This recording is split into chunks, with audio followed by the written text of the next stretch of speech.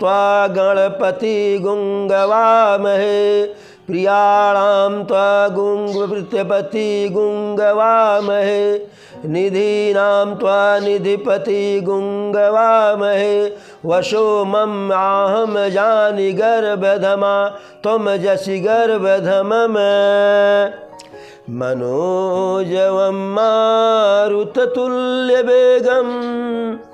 मनोजवं मारुततुल्यवेगं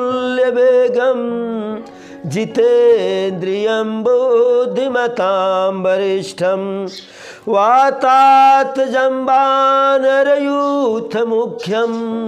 और श्रीरामदूतं शरणं प्रपद्ये श्रीरामदूतं शरणं प्रपद्ये अतुलितबलिधामं हेमशैलाभदेहं दनुजवनकृशानुं ज्ञानिनामयग्रगणयं सकलगुणनिधानं वानराणामधीशं रघुपतिप्रियभक्तं वातजातं नमामि रघुपतिप्रियभक्तं वातजातं नमामि।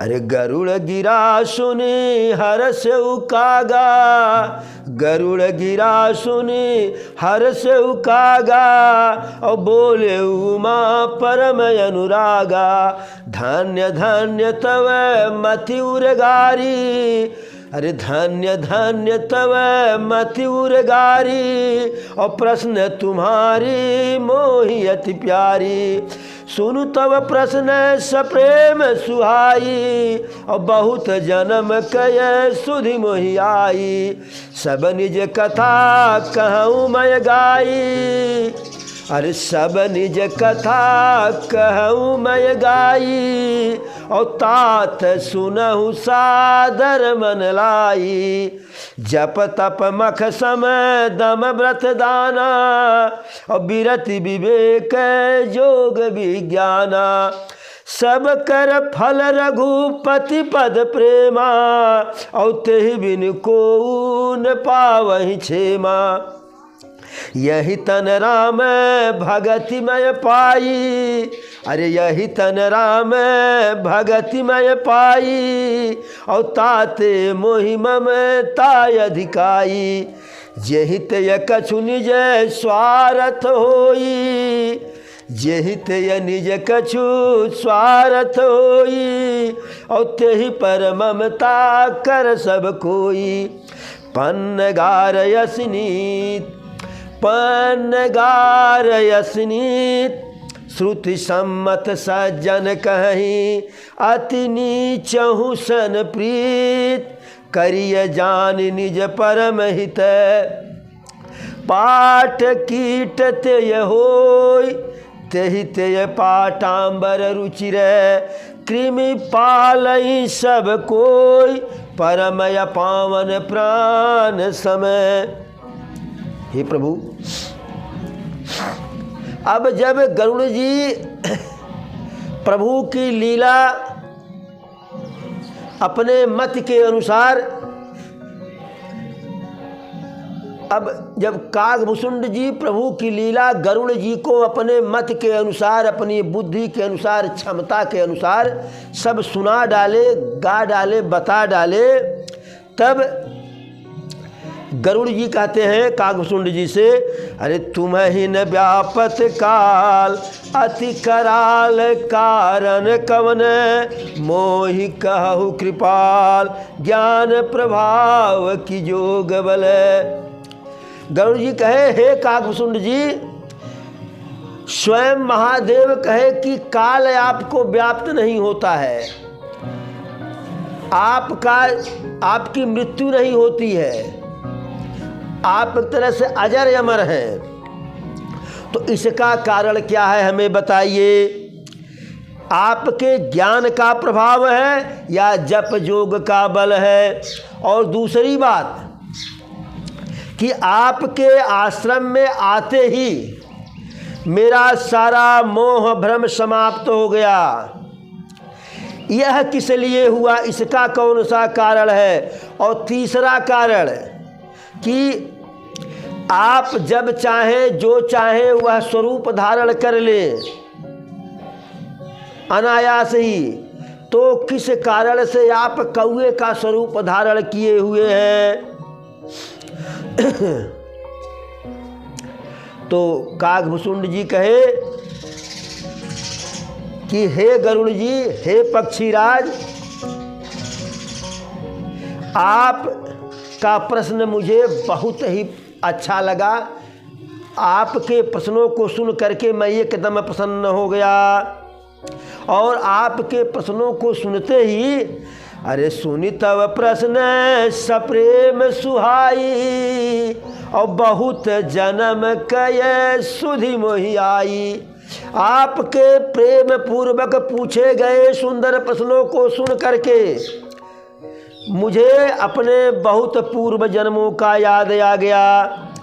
अब वह सारे जन्म की कथा मैं आपको सुनाता हूँ। आप प्रेम सहित, सादर सहित, जो है सम्मान सहित सुनिए।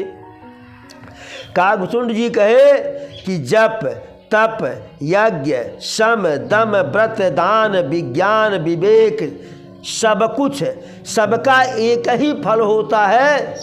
जैसे हम पौधा लगाए, पानी डाले, पौधे में बौर आया, फूल आया, लेकिन उसका एक ही फल होता है। इसलिए जो है एक ही उससे हमारी इच्छा होती है कि उससे फल निकले। फूल का पौधा लगाते हैं तो फूल मिले, तना का पौधा लगाते हैं तो तना से आलू, तो आलू तना है तो उस हमें आलू तना मिले। तो इसी प्रकार से सारे जप तप का जो है एक ही फल है, उत्तम फल है। अरे सब कर फल रघुपति पद प्रेमा, कि यह जो कुछ भी किया जाता है उसका एक ही सुंदर परिणाम होता है कि राघव सरकार के चरणों में अनुराग हो जाए। क्यों? अरे तेहि बिन को न पावहि क्षेमा, क्योंकि जब तक प्रभु श्री रामचंद्र जी के चरणों में प्रेम नहीं होगा, भक्ति नहीं होगा, समर्पण नहीं होगा, तब तक कल्याण नहीं होगा। और हे पक्षीराज गरुड़ जी, इसी कौए के शरीर के कारण जो है हमें प्रभु श्री राम की भक्ति प्राप्त हुई। इसलिए सारे शरीर से अधिक प्रिय मुझे यह शरीर है। क्यों? जिसका जिससे स्वार्थ होता है, जिसका स्वार्थ सिद्ध होता है, वही उसके लिए प्रिय होता है, उसी पर प्रेम बरसता है। पन्नगार यशनीत श्रुति सम्मत सज्जन कहीं, अति नीचहु सन प्रीत करियनि अजान निज परम हित। कहते हैं गरुड़ जी, ऐसा वेद पुराणों में कहा गया है, ऐसा संत ऋषि मुनि विद्वान कवि भी कहते हैं, यह नीति है कि यदि नीच से नीच जीव जंतु या व्यक्ति से हित होता है तो उससे प्रेम करना चाहिए। जैसे रेशम के कीट से रेशम बनता है, धागा बनता है और उससे सुंदर वस्त्र बनता है। यद्यपि रेशम का कीट पवित्र है, फिर भी लोग उसे पालते हैं, प्राणों के तरह से जुगाते हैं। अरे स्वार्थ साच जीव कहूए हा, और मन क्रम बचन राम पद नेहा। सोई पावन सोई सुभग शरीरा, और जो तनु पाई भजिय रघुवीरा। जीव के लिए उसका अपना सबसे सच्चा स्वार्थ यही होता है कि मन वचन और कर्म से श्री राघव के चरणों में प्रेम हो। अब जिस शरीर के निमित्त से रघुरैया के चरणों में प्रेम हो जाए, राघव सरकार के चरणों में प्रेम हो जाए, वही शरीर जो है अच्छा है, वही शरीर पवित्र है। मरम तोर जानी लाहो रघुरैया, मरम तोर जानी लाहो रघुरैया, मरम तोर जानी। जब केवट कहा प्रभु से, जब प्रभु नाम मांगे कि मरम तोर जानी लाहो रघुरैया, लक्ष्मण जी कहे वाह क्या बात है। जब से हम जन्म लिए तब से प्रभु के पीछे पीछे लगे हुए हैं, हम तो प्रभु का मर्म जान ही नहीं पाए। ये कैसे मर्म जान गया कि हमारे प्रभु क्या है? तो केवट कहा हाँ हम जानते हैं, आप भले न जानते हो। लक्ष्मण भैया कहे बताओ कौन सा मर्म जानते हो? केवट कहा राउर गोड़वा के धुरिया में जादू भरल बा, राउर गोड़वा के धुरिया में जादू भरल बा। कि हम यही मर्म जानते हैं कि इनके पैर के रज में धूल में जादू भरा है, और यह धूल से इनके पैर का धूल जो है जिसको लग जाता है, पत्थर को लग जाए तो पत्थर स्त्री बन जाती, यही मर्म हम जानते हैं।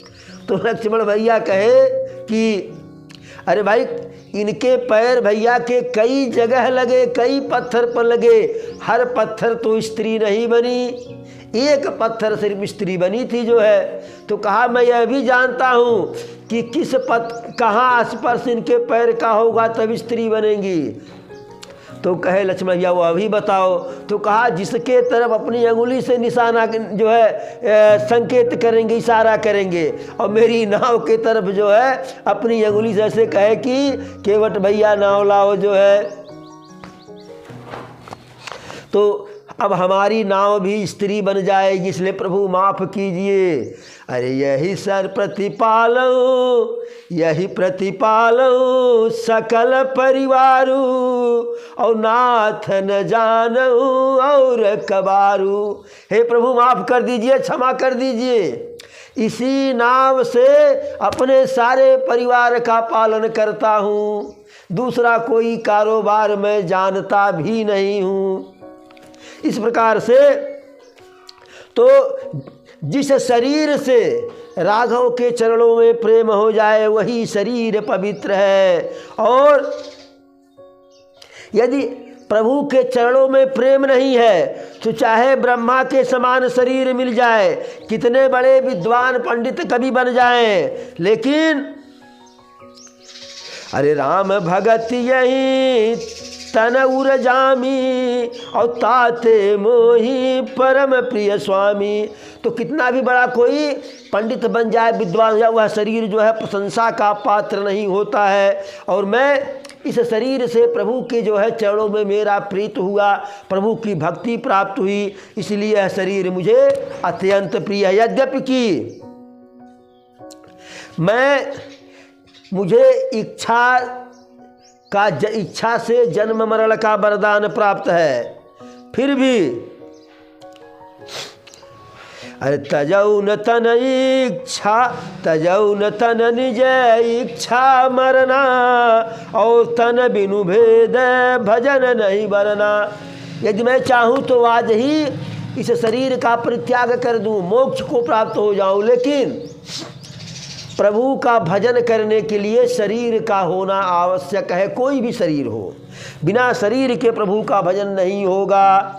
आत्मा अजर अमर है, लेकिन आत्मा से प्रभु का भजन, जो कि आत्मा स्वयं प्रभु परमात्मा में विलीन हो जाएगी। इसलिए प्रभु के भजन के लिए शरीर का होना आवश्यक है।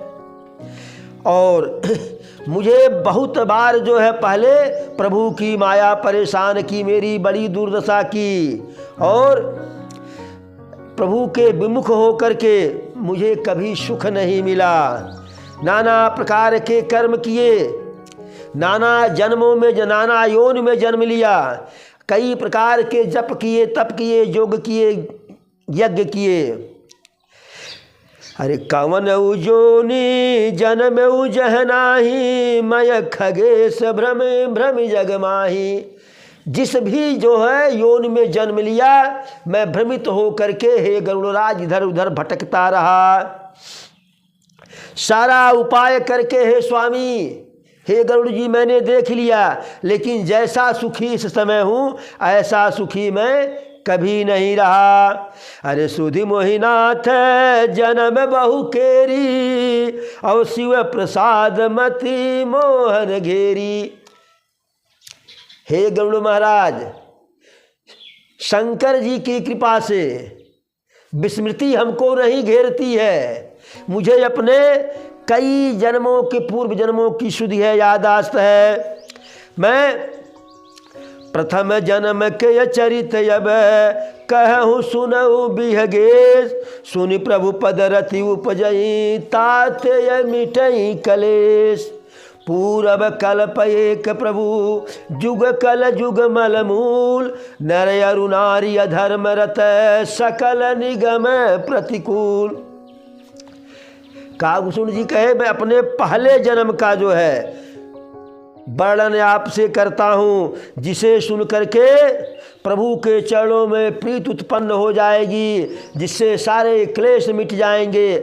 पहले जो है एक कल्प में पापों के मूल का युग था, कल युग जो है, जिसमें सारे पुरुष स्त्री सारे जीव अधर्म परायण थे, अर्थात अधर्म में रत थे, धर्म से विमुख थे और वेद के विरोधी थे। उस युग में मैं, उस कल युग में मैं अवधपुरी में जाकर के जन्म लिया और सुंदर शूद्र का शरीर धारण किया। भोले बाबा का मैं पुजारी बना और दूसरे किसी भी देवता का जो है मान सम्मान मेरे अंदर नहीं, किसी दूसरे देवता के प्रति आस्था नहीं। यहाँ तक कि प्रभु श्री राम में भी जो है मेरी आस्था नहीं थी। अरे धन मद मत परम बाचाला, उग्र बुद्धि उर दंभ विशाला। धन में मैं मदमत्त था और बहुत वकवादी था, झूठा बोलने वाला था, उग्र बुद्धि वाला था और मेरे हृदय में अहंकार भरा हुआ था। यद्यपि मैं प्रभु श्री राम की राजधानी में जन्म लिया, फिर भी उनकी महिमा को जान नहीं पाया। और अब जाना मैं अवध प्रभावा, और निगमागम पुराण यस गावा। कवन हूँ जन्म अवध बस जोई, और राम परायण सो परि होई। कोई किसी भी योनि में, किसी भी जन्म में यदि अयोध्या में उसका जन्म हो जाए, अयोध्या में बस जाए, तो राम के चरणों में उसका प्रीत हो जाता है, श्री राम के चरणों में प्रीत हो जाता है। ऐसा वेद पुराण गाते हैं, कहते हैं अब हम अयोध्या के प्रभाव को जन्म गए। लेकिन अयोध्या का प्रभाव व्यक्ति तभी जान पाएगा, अयोध्यानाथ का प्रभाव, अवधपुरी का प्रभाव, कि जब उसके हृदय में प्रभु श्री राम हो, सारंग धनुष हाथ में लिए हुए, धनुष बाण लिए हुए। सो कलिकाल कठिन उरगारी, अरे सो कलिकाल कठिन उरगारी, और पाप परायण सब नर नारी। हे पक्षीराज गरुड़ जी, वह कलयुग बहुत ही कठिन था, उसमें सारे नर नारी पाप में लिप्त थे। कलिमल ग्रस धर्म सब लुप्त भये सदग्रंथ, दम्भिन निज मति कल्प करी प्रकट किए बहुपंथ। कलयुग के पापों में सब धर्मों को ग्रस लिया, कलयुग के पापों ने सभी धर्मों को ग्रस लिया, सदग्रंथ लुप्त हो गए। दंभियों ने अपनी बुद्धि से कल्पना करके बहुत सारे पाखंड पैदा कर दिए, धर्म के समानांतर पाखंड धर्म पैदा कर दिए, और सारे लोग मोह से ग्रसित हो गए, शुभ कर्म से विरक्त हो गए। सुनि हरिजान ज्ञान निधि, कहूँ कछुक कलि धर्म।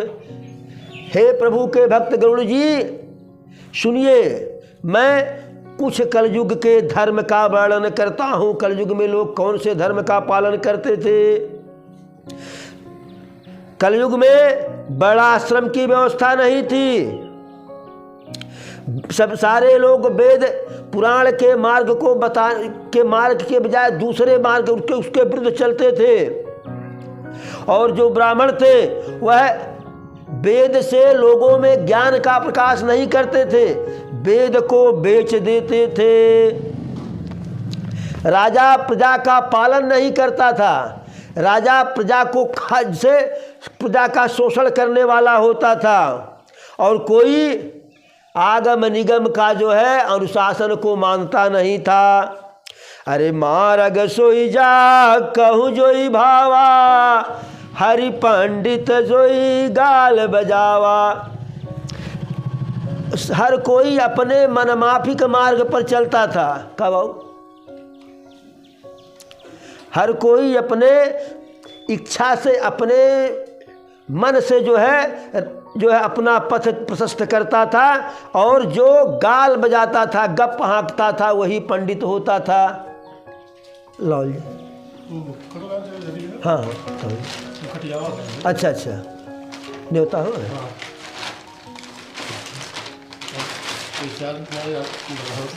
हाँ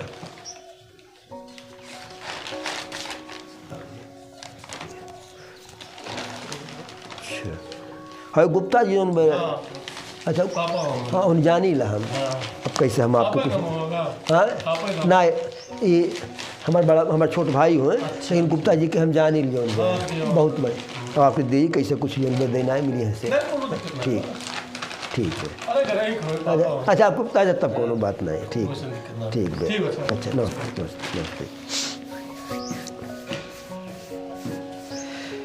मिथ्यारंभ दंभ रति जोई, ता कहूँ संत कहीं सब कोई। जो झूठ बोलता था, जो घमंडी होता था जो है, उसी को लोग जो है संत मानते थे। वह अपने को संत सर्टिफाई करता था।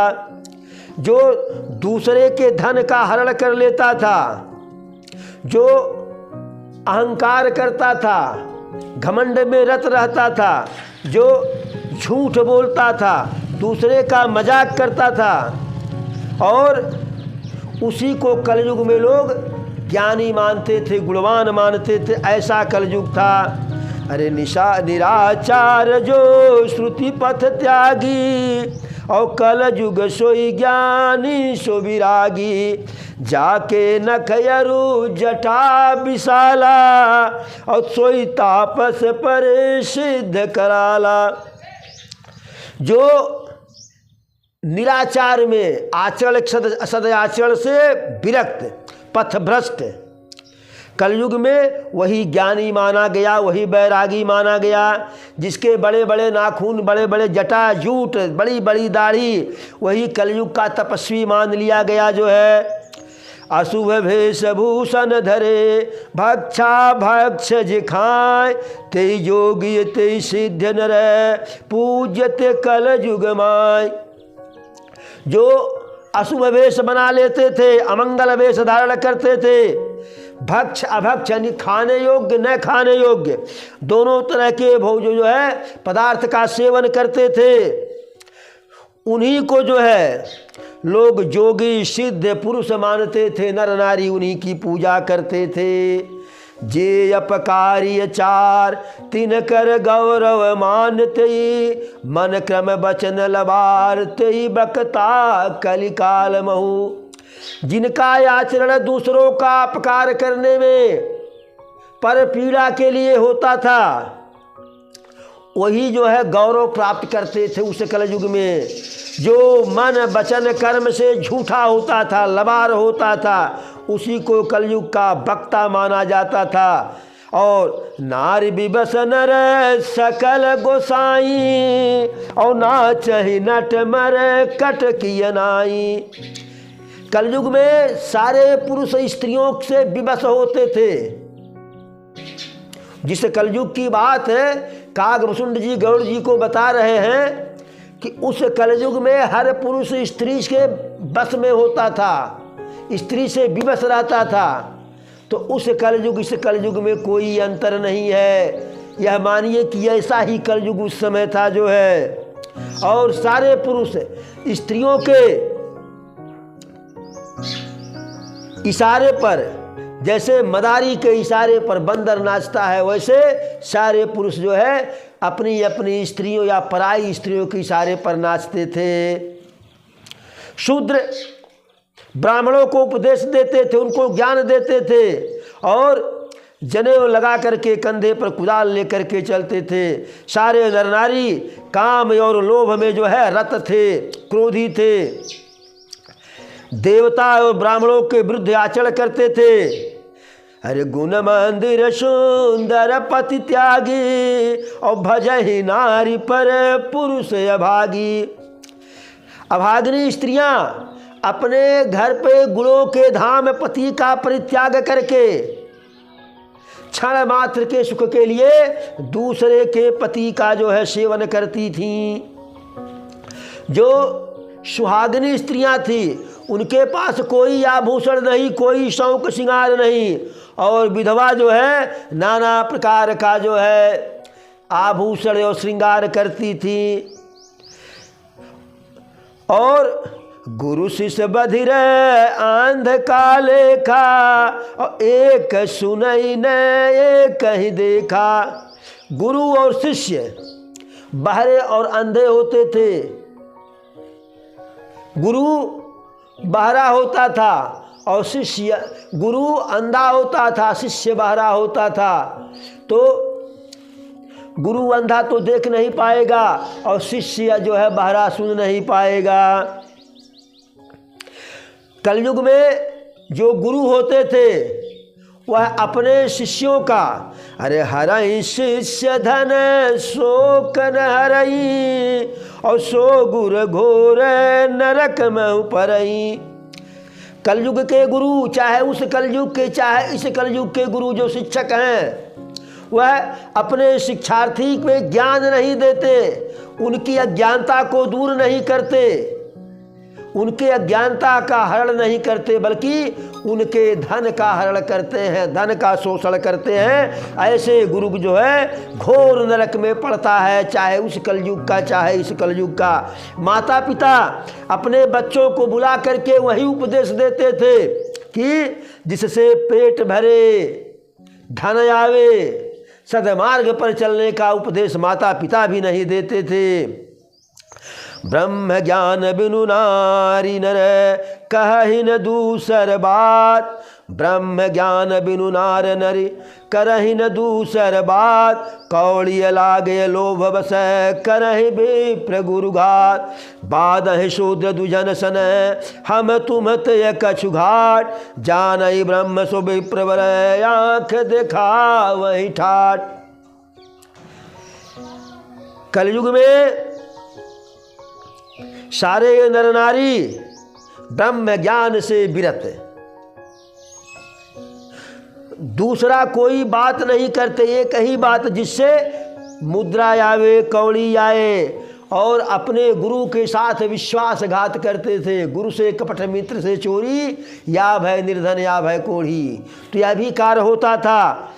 शूद्र ब्राह्मणों से कहते थे, हैं कौन ब्राह्मण, कौन पंडित, हम आपसे कम नहीं, जो ब्रह्म को ज्ञान को जाने वही ब्राह्मण जो है, ऐसा कह करके जो है ब्राह्मण को डांटते हैं। आज भी इस कलयुग में यही हो रहा है। जो भी अपने को नेता मान लिया, जो भी अपने को जरा सा विद्वान मान लिया, जब तक ब्राह्मण की 4 बार दिन में निंदा नहीं कर लेगा जो है, तब तक भोजन कौन कहे उसको जल नहीं पचता है। आज इस कलयुग में भी ऐसा आचरण लोग कर रहे हैं। तो इस प्रकार से कलयुग के कुछ धर्म का, कुछ आचरण का कागभूषुंड जी गरुड़ जी से वर्णन किए।